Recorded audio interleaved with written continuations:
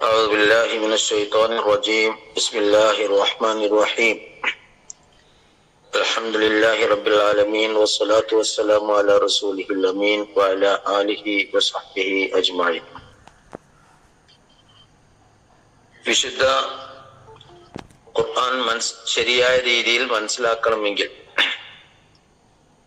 അതിന്റെ അകത്തേക്ക് കടക്കാൻ തടസ്സമായി നിൽക്കുന്ന വാതിലുകൾ ഓരോന്ന് തുറന്നുകൊണ്ട് വേണം പ്രവേശിക്കാൻ എന്ന വിഷയമാണ് കഴിഞ്ഞ ആഴ്ച സൂചിപ്പിച്ചത്. അതിൽ ഒന്നാമതായി വേണ്ടത് വിശുദ്ധ ഖുർആന്റെ മൗലികമായ ലക്ഷ്യങ്ങൾ മനസ്സിലാക്കുക എന്നതാണ് എന്ന് കഴിഞ്ഞ ആഴ്ച വിശദീകരിച്ചത്. അതായത് പണ്ട് ചില ആളുകൾ ആനയെ കണ്ട ഒരു സംഭവം നമ്മൾ പറയാറുണ്ട്. ആനയെ കണ്ട് അന്ധന്മാരായ ആളുകൾ ആനയെ കണ്ടു. ആ കണ്ട ആളുകൾ അവർക്ക് മനസ്സിലായത് ആന എന്ന് വിശദീകരിച്ചു എന്ന് നമ്മൾ കേൾക്കാറുണ്ട്. ആനയുടെ കാല് തൊട്ടറിഞ്ഞ അന്ധന്മാർ ആന തൂണ് പോലെയാണെന്ന് പറഞ്ഞു. ചെവി പിടിച്ച് അറിഞ്ഞ ആളുകൾ ആന മുറം പോലെയാണ് എന്ന് പറഞ്ഞു എന്ന് പറയുന്ന സംഭവം. അപ്പൊ വിശുദ്ധ ഖുർആനെ സംബന്ധിച്ചിടത്തോളം ഈ സമഗ്രമായ അറിവ് ഇല്ല എങ്കിൽ അത് നമുക്ക് അബദ്ധങ്ങൾ ഉണ്ടാക്കും. ഈ കാര്യമാണ് കഴിഞ്ഞ ആഴ്ച നമ്മൾ മനസ്സിലാക്കിയത്. ഇനി വിശുദ്ധ ഖുർആൻ മനസ്സിലാക്കാൻ നമ്മൾ തുറക്കേണ്ടുന്ന രണ്ടാമത്തെ വാതിൽ എന്ന് പറയുന്നത് വിശുദ്ധ ഖുർആന്റെ മൗലികമായ ലക്ഷ്യങ്ങൾ എന്താണ് എന്ന് മനസ്സിലാക്കുക എന്നാണ്. ആദ്യം നമ്മൾ പറഞ്ഞത് സമഗ്രമായി ഖുർആനെ സമഗ്രമായി മനസ്സിലാക്കുക. രണ്ടാമതായി നമുക്ക് മനസ്സിലാക്കാനുള്ളത് വിശുദ്ധ ഖുർആന്റെ മൗലികമായ ലക്ഷ്യങ്ങൾ ശ്രദ്ധിക്കുക. മൗലികമായ ലക്ഷ്യം എന്നുകൊണ്ട് ഉദ്ദേശിക്കുന്നത് ഖുർആൻ ഒരിക്കൽ പോലും ഉദ്ദേശിക്കാത്തതോ ഖുർആൻ ഉദ്ദേശിക്കാത്തതോ ആയ ഒരു ലക്ഷ്യം നമ്മുടെ ലക്ഷ്യം ആകരുത്. ഖുർആൻ ഓതുന്ന നമ്മെ സംബന്ധിച്ചിടത്തോളം ഖുർആൻ മുന്നോട്ട് വച്ചിട്ടില്ലാത്ത ഒരു ലക്ഷ്യം നമ്മൾ കാണാൻ പാടില്ല എന്നുള്ളതാണ്. ഖുർആൻ എന്താണോ മൗലികമായ ഒരു ലക്ഷ്യമായി പറഞ്ഞിരുന്നത് ആ പറയുന്ന കാര്യം മനസ്സിലാക്കി അതിനനുസരിച്ച് ഖുർആൻ മനസ്സിലാക്കാനും അത് ഉപയോഗപ്പെടുത്താനുമാണ് നമ്മൾ ശ്രദ്ധിക്കേണ്ടത്. ഒരു ഉദാഹരണം പറഞ്ഞാൽ വിശുദ്ധ ഖുർആൻ ജീവിച്ചിരിക്കുന്ന ആളുകൾക്ക് വേണ്ടിയിട്ടുള്ളതാണ് എന്ന് നമുക്കറിയാം. വിശുദ്ധ ഖുർആൻ തന്നെ അത് പറയുന്നു. ജീവിച്ചിരിക്കുന്ന ആളുകൾക്ക് മനസ്സിലാക്കാനും പഠിക്കാനും വായിക്കാനും ഉൾക്കൊള്ളാനും ജീവിതത്തിൽ പകർത്താനും ഉള്ളതാണ് വിശുദ്ധ ഖുർആൻ എന്ന് ഖുർആനിൽ തന്നെ കാണാൻ സാധിക്കും. എന്ന് പറയുമ്പോൾ ഖുർആൻ ജീവിച്ചിരിക്കുന്ന ആളുകൾക്ക് പ്രയോഗവൽക്കരിക്കാനുള്ളതാണ് എന്നാണ് അതിന്റെ അർത്ഥം. അപ്പൊ ഖുർആന്റെ മൗലികമായ ലക്ഷ്യം എന്ന് പറയുന്നത് ജീവിച്ചിരിക്കുന്ന ആളുകൾക്ക് അവർ മരിക്കുന്നതിന് മുമ്പ് ഉപയോഗപ്പെടുത്താനുള്ള പ്രായോഗികമായ ഒരു ഗ്രന്ഥമാണ് ഖുർആൻ. അപ്പൊ ഇതാണ് അതിന്റെ മൗലികമായ ലക്ഷ്യം. ഈ ലക്ഷ്യം മനസ്സിലാക്കാതെ മരിച്ച ആളുകൾക്ക് വേണ്ടി ഓതാനുള്ള ഒരു പുണ്യപ്പെട്ട ഗ്രന്ഥമാണ് എന്ന നിലക്ക് ഖുർആനെ മനസ്സിലാക്കുമ്പോ നേരത്തെ പറഞ്ഞ ഖുർആന്റെ മൗലികമായ ലക്ഷ്യം അവിടെ വിസ്മരിക്കപ്പെടുന്നു. ഖുർആന്റെ ആ ലക്ഷ്യം നമുക്ക് എന്തായി പോകുന്നു? നഷ്ടപ്പെടുന്നു. അതിന്റെ നഷ്ടം നമ്മുടെ വ്യക്തി ജീവിതത്തിലും നമ്മുടെ കുടുംബ ജീവിതത്തിലും സാമൂഹിക ജീവിതത്തിലും ഉണ്ടാകുന്നു. ഇത് വളരെ പ്രധാനപ്പെട്ട ഒരു സംഗതിയാണ്. വിശുദ്ധ ഖുർആൻ തന്നെ അതിനെ സംബന്ധിച്ച് പറയുന്നുണ്ട്. സൂറ യാസീനിലെ നമുക്ക് കാണാം, ലിയുൻദിറ മൻ കാന ഹയ്യൻ വയഹിഖൽ ഖൗലു അലൽ കാഫിരീൻ. ഈ ഖുർആൻ അവതരിച്ചിട്ടുള്ളത് ജീവിച്ചിരിക്കുന്ന ആളുകൾക്ക് മുന്നറിയിപ്പ് കൊടുക്കാൻ വേണ്ടിയാണ്. ലിയുൻദിറ മൻ കാന ഹയ്യൻ. ഹയ്യ് എന്ന് പറഞ്ഞാൽ മയ്യത്തിന്റെ നേരെ വിപരീതം. മയ്യത്ത് എന്ന് പറഞ്ഞാൽ നമുക്കറിയാം മരിച്ച ആള്. അതിന്റെ നേരെ വിപരീതമാണ് ഹയ്യ്. ജീവിച്ചിരിക്കുന്ന ആളുകൾക്ക് മുന്നറിയിപ്പ് കൊടുക്കാൻ വേണ്ടിയാണ് ഈ വിശുദ്ധ ഖുർആൻ. വയഹിഖൽ ഖൗലു അലൽ കാഫിരീൻ. ഈ ഖുർആന്റെ സന്ദേശം നിഷേധിക്കുന്ന സത്യനിഷേധികളായ ആളുകളുടെ മേൽ അള്ളാഹുവിന്റെ ശിക്ഷയുടെ ഉത്തരവ് യാഥാർത്ഥ്യമാകാനും വേണ്ടിയാണ് ഈ ഖുർആൻ. അപ്പൊ ഈ ഖുർആൻ ഇറങ്ങിയതോടുകൂടി ലോകത്ത് സംഭവിക്കുന്ന ഒരു കാര്യം, ചിന്തിച്ച് മനസ്സിലാക്കാൻ, ജീവിച്ചിരിക്കുന്ന കാലത്ത് ചിന്തിച്ച് മനസ്സിലാക്കാൻ തയ്യാറാകുന്ന ആളുകൾക്ക് മുന്നറിയിപ്പാണ്. ഇത് മനസ്സിലാക്കാൻ ശ്രമിച്ചിട്ടും ധിക്കാരപരമായ നിഷേധപരമായ നിലപാട് സ്വീകരിക്കുന്ന ആളുകളെ സംബന്ധിച്ചിടത്തോളം അത് ശിക്ഷയുടെ ഉത്തരവ് ബാധകമാക്കുന്ന ഒരു ഗ്രന്ഥമാണ്.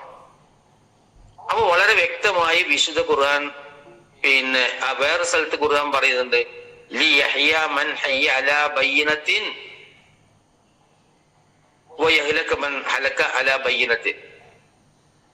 ജീവിച്ചിരിക്കുന്ന ഓരോ മനുഷ്യനും ജീവിക്കുന്നത് വ്യക്തമായ തെളിവിന്റെ അടിസ്ഥാനത്തിലാകണം. മരിച്ചു പോകുന്ന ഓരോരുത്തരും മരിച്ചു പോകുന്നത് വ്യക്തമായ അയാളുടെ ദുർമാർഗത്തിന്റെ തെളിവിന്റെ അടിസ്ഥാനത്തിലാകണം. ഇപ്പൊ ഒരു മനുഷ്യൻ ജനിച്ചു വളർന്ന് അള്ളാഹുവിന്റെ കൽപ്പനകൾ ബാധകമാകുന്ന മുക്കല്ലഫായി അവസാനം അയാൾ മരിച്ചു പോകുന്നത് വരെയുള്ള കാലയളവിൽ ഓരോ മനുഷ്യനും, നമ്മൾ മാത്രമല്ല, ലോകത്ത് ജീവിക്കുന്ന ഓരോ മനുഷ്യനും, ആണാവട്ടെ പെണ്ണാവട്ടെ, അയാൾ ജീവിക്കുന്നത് വ്യക്തമായ ഒരു തെളിവിന്റെ അടിസ്ഥാനത്തിലാകണം. എന്ന് പറഞ്ഞാൽ അയാൾ ഇസ്ലാമിനെ മനസ്സിലാക്കുന്നുണ്ടോ, അംഗീകരിക്കുന്നുണ്ടോ, അല്ലെങ്കിൽ അയാൾ അതിനെ നിരാകരിക്കുന്നുണ്ടോ, എന്തുകൊണ്ട് നിരാകരിക്കുന്നു, ഏതളവിൽ നിരാകരിക്കുന്നു, ഏതളവിൽ വിശ്വസിക്കുന്നു എന്ന് കൃത്യമായി അള്ളാഹുവിനെ നിർണയിക്കേണ്ടത്. അങ്ങനെ ആയിരിക്കണം ഓരോരുത്തരും ജീവിക്കുന്നത്. മരിച്ചു പോകുന്ന ആളുകളും മരിച്ചു പോകുമ്പോ ആ വിശുദ്ധ ഖുർആന്റെ നേരെ ഏതളവിലുള്ള പരിഗണനയാണ് കൊടുത്തത്, അവഗണനയാണ് കൊടുത്തത് എന്ന് കൃത്യമായി അള്ളാഹുവിന് അറിയണം. അങ്ങനെയാകണം ആളുകൾ മരിക്കുന്നതും, അങ്ങനെയാകണം ആളുകൾ ജീവിക്കുന്നത്. അപ്പൊ വളരെ വ്യക്തമായി ഖുർആൻ പറയുന്നു, ജീവിക്കുന്ന ആളുകൾക്ക് മുന്നറിയിപ്പ് തരാൻ വേണ്ടിയാണ് വിശുദ്ധ ഖുർആൻ. എന്ന് പറഞ്ഞാൽ മരിച്ച ആളുകൾക്ക് വേണ്ടിയുള്ളതല്ലത്. മരിച്ച ആളുകൾക്ക് ഒന്നുമില്ല. മരിച്ച ആളുകൾക്ക് അവർ ചെയ്ത പ്രവർത്തനവുമായി അവർ പോയി. ആ ചെയ്ത പ്രവർത്തനങ്ങളുടെ തുടർച്ചയായി അള്ളാഹു അവർക്ക് എന്തെങ്കിലും വിധിച്ചിട്ടുണ്ടെങ്കിൽ അത് അവർക്ക് കിട്ടും. അപ്പൊ ഈ ചിന്തയും വായനയും ചിന്തയും പഠനവും പ്രവർത്തനവും എല്ലാ കാര്യങ്ങളും എവിടെ വെച്ച് നടക്കണം? ദുനിയാവിൽ വെച്ച് നടക്കണം. അതിനു വേണ്ടിയിട്ടുള്ള ഗ്രന്ഥമാണ് ഖുർആൻ. മരിച്ച ആളുകൾക്ക് വേണ്ടിയുള്ളതല്ല. വ്യക്തമായി നമ്മൾ മനസ്സിലാക്കണം. അപ്പോ ഖുർആന്റെ മൗലികമായ ലക്ഷ്യം എന്ന് പറയുന്നത് ജീവിച്ചിരിക്കുന്ന ആളുകൾക്ക് സന്മാർഗ ഗ്രന്ഥമായി അത് ഉപയോഗപ്പെടുക എന്നതാണ്. അപ്പോ എന്നാലോ ചില ആളുകൾ ഇപ്പൊ എന്താ ചെയ്യുന്നത്? മുമ്പത്തെ അവസ്ഥയിൽ നിന്ന് കുറെ മാറ്റങ്ങൾ വന്നിട്ടുണ്ട് എങ്കിൽ പോലും ചില ആളുകള് ഈ വിശുദ്ധ ഖുർആന് ശരീരത്തിൽ എഴുതി വെക്കുന്നു, വാഹനത്തിൽ എഴുതി വെക്കുന്നു, ഉറുക്കോ ഏലസോ ആയിട്ട് കെട്ടുന്നു. അതേപോലെ തന്നെ ചില മതപരമായ പരിപാടികൾ തുടങ്ങുമ്പോൾ തുടക്കത്തിൽ ഒരു ഭക്തിപരമായ പാരായണത്തിന്റെ ഭാഗമായി ഖുർആൻ ഉപയോഗപ്പെടുത്തുന്നു. ഇങ്ങനെ പലതും നമുക്ക് കാണാൻ പറ്റും. എന്നാൽ ഈ ആളുകളെ സംബന്ധിച്ചിടത്തോളം അടിസ്ഥാനപരമായി അവരുടെ ഹൃദയങ്ങളിലോ അവരുടെ ജീവിതത്തിലോ അവർ നടത്തിക്കൊണ്ടിരിക്കുന്ന സ്ഥാപനങ്ങളിലോ പൊതുജീവിതത്തിലോ രാഷ്ട്രീയത്തിലോ സാമ്പത്തിക മേഖലയിലോ എവിടെയും ഈ വിശുദ്ധ ഖുർആന് പ്രവേശനം കിട്ടുന്നില്ല. ഖുർആന് പ്രവേശനം കിട്ടുന്നുണ്ട് എവിടെയുണ്ട്? നമ്മൾ ഓടിക്കുന്ന വാഹനത്തിൽ ഖുർആന്റെ ചില സൂക്തങ്ങൾ നമ്മൾ എഴുതി വെക്കുന്നു. ചില പരിപാടികൾ നടക്കുമ്പോൾ ഖുർആനിലെ ചില ആയത്തുകൾ നമ്മൾ ഓതുന്നു. അതേപോലെ തന്നെ ചില ആളുകൾ ചികിത്സയുടെ ഭാഗം എന്ന നിലയിൽ അത് ഉറുക്കായിട്ടോ ഏലസായിട്ടോ ഒക്കെ കിട്ടുന്നു. പക്ഷെ ഈ ഖുർആൻ എവിടെ പ്രവേശനം കിട്ടില്ല? നമ്മുടെ ഹൃദയങ്ങളിലേക്കോ നമ്മുടെ ജീവിതത്തിലേക്കോ നമ്മുടെ പെരുമാറ്റങ്ങളിലേക്കോ നമ്മുടെ സ്ഥാപനങ്ങളിലേക്കോ നമ്മുടെ ജോലികളിലേക്കോ നമ്മൾ ഇടപെടുന്ന രാഷ്ട്രീയ സാമൂഹികമായ മേഖലകളിലേക്കോ ഈ വിശുദ്ധ ഖുർആൻ എന്ത് കിട്ടുന്നില്ല? പ്രവേശനം കിട്ടുന്നില്ല. അപ്പൊ ഇത് ഒരു വലിയൊരു വിഷയമാണ്. അപ്പൊ ഇന്ന് നമ്മൾ മനസ്സിലാക്കിയത് ഖുർആന് മൗലികമായ ചില ലക്ഷ്യങ്ങളുണ്ട്. ആ മൗലികമായ ലക്ഷ്യം എന്ന് പറയുന്നത് ഖുർആനെ ജീവിച്ചിരിക്കുന്ന കാലത്ത് ജീവിച്ചിരിക്കുന്ന ആളുകൾക്ക് ഉപയോഗപ്പെടുത്താൻ എന്നതാണ്. ആ അർത്ഥത്തിൽ വിശുദ്ധ ഖുർആനുമായി ബന്ധപ്പെടാൻ നമുക്ക് സാധിക്കണം, അതിനെ ഉപയോഗപ്പെടുത്താൻ നമുക്ക് സാധിക്കണം. ഇത് കഴിച്ചു ബാക്കി അതിന് ശേഷമുള്ളതാണ് ബാക്കി കാര്യങ്ങളൊക്കെ. അപ്പോ ഒന്നാമതായി നമുക്ക് സമഗ്രമായ കാഴ്ചപ്പാടുണ്ടാകണം. അന്ധന്മാർ ആണയെ കണ്ടതുപോലെ ഖുർആനെ കാണാൻ പാടില്ല.